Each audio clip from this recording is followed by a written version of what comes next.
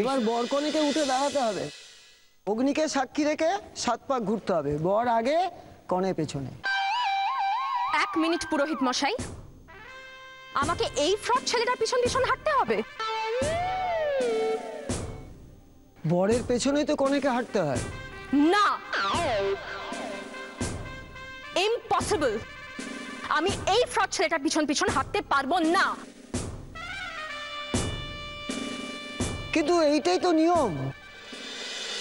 নিয়ম টিয়ম আমি জানি না, আমার জানার দরকার নেই, আমি পারবো না।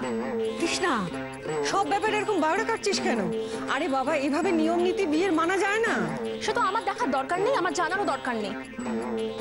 আমি যা বলেছি সেটাই হবে। আমি আগে হাঁটবো, ও যদি চায় আমার পিছন পিছন আসতে পারে। এই দিদি শোন না, আমি বলি কি, তুই আর একটা কথাও বলবি না পলা, তুই আর একটা কথাও বলবি না। ভুলে যাস না, এই বিয়েটার পরেও কিন্তু তুই আমার হাতের মুঠোয় থাকবি। আজ তোরা যা যা করেছিস, তারপরে তোদের কপালে যে কি নাচছে সেটা কিন্তু তুই ভাবতেও পারছিস না পলা। কৃষ্ণা, যার ধরে তুই অনেক কিছু করতে পারস, কিন্তু ভুলে যাস না উনি সাক্ষী করে বিয়ে হইতেছে। এই রীতি নিয়ম না মানলে না এর এফেক্ট কিন্তু 2 পরিবারের মধ্যেই পড়বো। কৃষ্ণা, আমাদের কথায় তুই বিয়ে করতে রাজি হয়েছিস ঠিকই, কিন্তু আমরা যেটা চাইছি সেটা তোদের ক্ষতির জন্য করতে চাইছি না।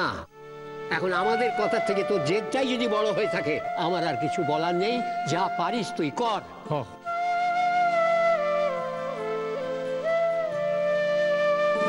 কাকে সব কথা বলছো বলো তো দাদু? হ্যাঁ, মহারানীকে তোমরা চেনো না? ওকে, ওর মাথায় যেটা একবার ঢুকে যায় সেইটাই করে, বাস। এই, তোর কাম তুই কর, এটা নিয়ে তোর ভাব যাইব না। ঘর সাতা ঘর, হ্যাঁ ঘর সাতা ঘর, ঘর।